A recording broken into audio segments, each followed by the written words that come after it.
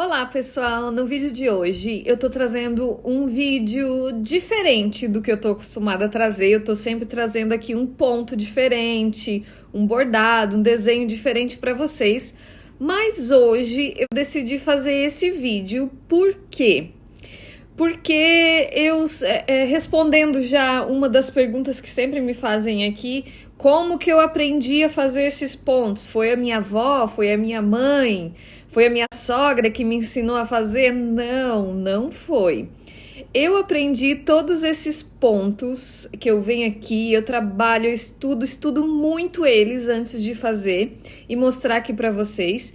Eu procuro eles todos, eu aprendi na internet. Não foi ninguém assim especificamente que me ensinou. Eu assisto muitos vídeos, eu procuro muitas imagens, mas não foi assim. Então, nessa minha busca, nessa minha procura, sempre por pontos novos, por modelos novos, por fazer uma coisa diferente, eu adoro fazer os meus guardanapos, eu faço as minhas toalhinhas de centro de mesa, eu faço trilhos, eu faço panos de prato, dá para fazer muita coisa com esses pontos que eu ensino aqui. Mas o que que acontece? Quando a gente vai procurar, aparece, às vezes as pessoas confundem muito, colocam os nomes diferentes daquilo que não é realmente o nome do bordado. Então o que acontece é muita confusão na hora da gente procurar os nomes dos bordados, a diferença, o que que é um e o que que é outro. Então nesse vídeo de hoje eu vou mostrar para vocês a diferença entre o que é vagonite, o que é crivo e o que é ponta-jur e bainha aberta. E antes de começar a explicar o que é cada um, eu queria deixar para vocês aqui o recado de que se vocês quiserem algum ponto diferente, se quiserem algum desenho de bordado diferente, me mandem recado, que eu tô sempre buscando coisas diferentes para fazer aqui, para mostrar, para fazer vídeos para mostrar para vocês aqui. E eu vou deixar aqui hoje o meu Instagram e vou deixar o meu e-mail para quem quiser me mandar. Ou pedir algum bordado, ou me mandar alguma imagem dizendo, eu queria muito aprender esse ponto.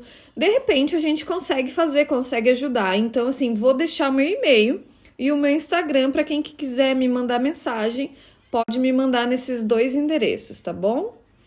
E eu queria dizer também que as fontes, onde encontrar esses pontos diferentes, onde encontrar fonte de inspiração, que a gente procura muito, a gente está sempre em busca, não só eu, mas eu sei que vocês também estão sempre buscando uma coisa diferente. O Pinterest, gente, é um lugar muito bom para a gente achar várias coisas diferentes, pontos de tudo quanto é tipo, de tudo quanto é tipo de bordado.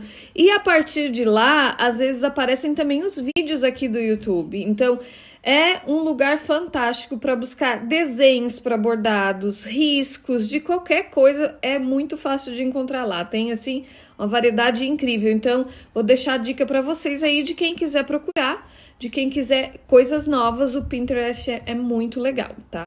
Ok, vamos ao nosso primeiro tipo de bordado então. O primeiro tipo de bordado que eu quero falar é o vagonite.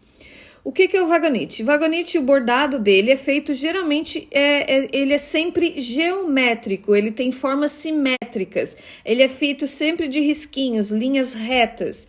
E ele, por ser geométrico, por ser linhas simétricas, o tecido melhor para fazer ele, melhor para trabalhar ele é o etamine. Por quê? Porque tem aqueles buraquinhos e dali a gente já consegue fazer os desenhos bem certinho, o tamanho bem certinho. Dá para fazer em outros tecidos, mas o melhor, o mais fácil para a gente fazer os desenhos, como eles são geométricos, assimétricos, é o etamine. E ele tem outra característica que é o lado do avesso fica sempre limpinho, não aparece as linhas do lado de trás, então a gente não consegue ver os acabamentos. Então, vagonite, a gente consegue fazer esses mosaicos, esses desenhos geométricos, simétricos. E também, outra característica, outro estilo de bordado que dá para fazer o vagonite é com fita, não só com a linha de bordado, mas também com fitas. Dá para fazer um trabalhado muito lindo, dá para fazer degradês de várias cores de linha. É um trabalho muito bonito mesmo e delicado. Quando com fita, então fica muito lindo também, tá? Vamos para o nosso próximo tipo de bordado, então.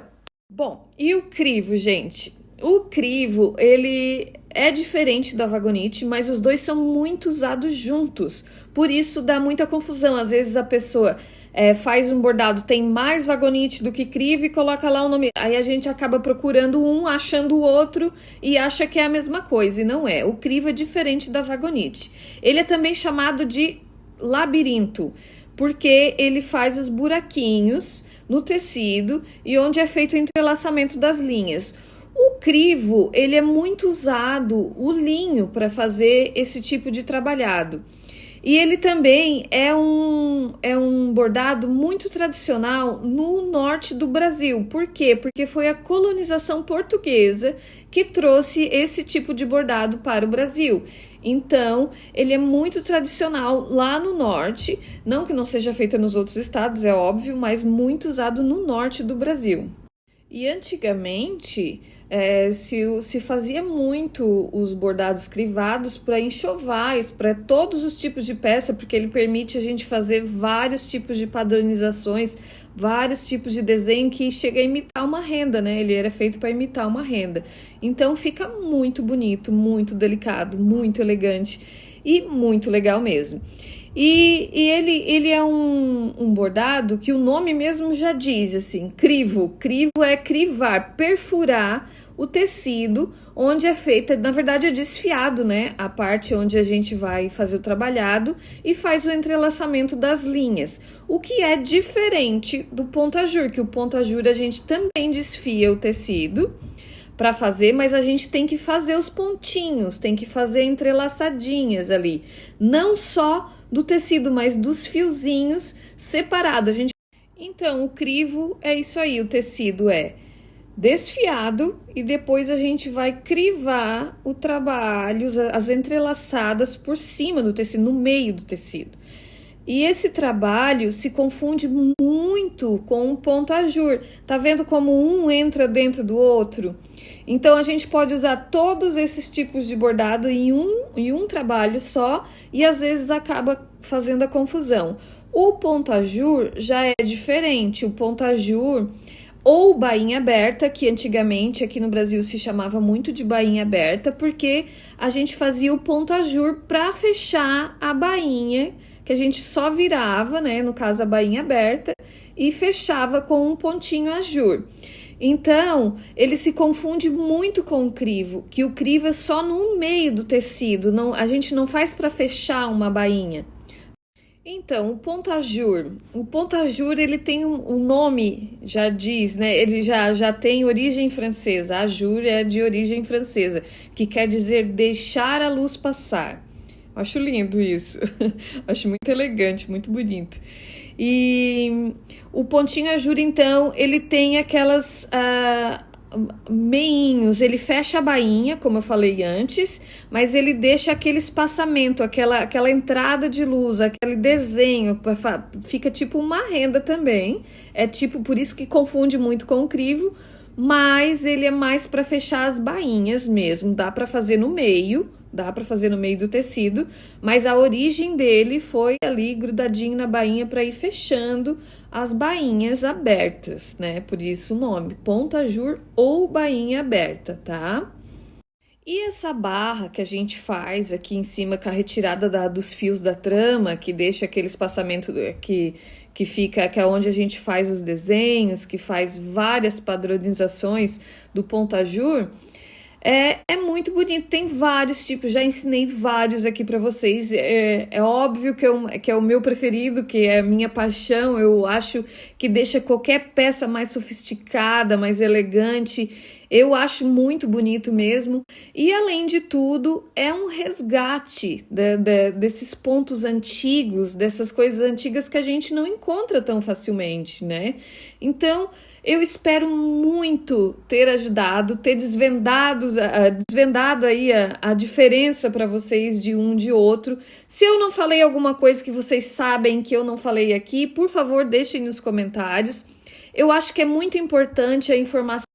E para finalizar esse vídeo, eu quero deixar para vocês, estou mostrando aqui do lado, essa peça que tá usando os 3 tipos de bordado junto. Olha só que peça mais linda, mais sofisticada, que traz assim essas memórias e deixa qualquer mesa linda, qualquer espaço que a gente se propõe a colocar, fica muito bonito.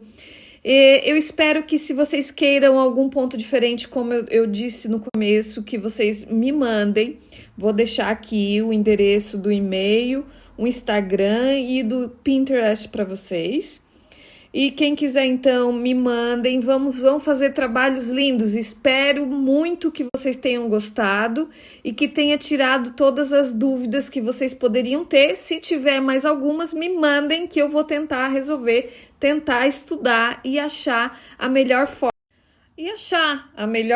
De fazer, de colocar em prática mesmo esses pontos aí tão bonitos, tão lindos, que fazem a gente realizar trabalhos tão bonitos.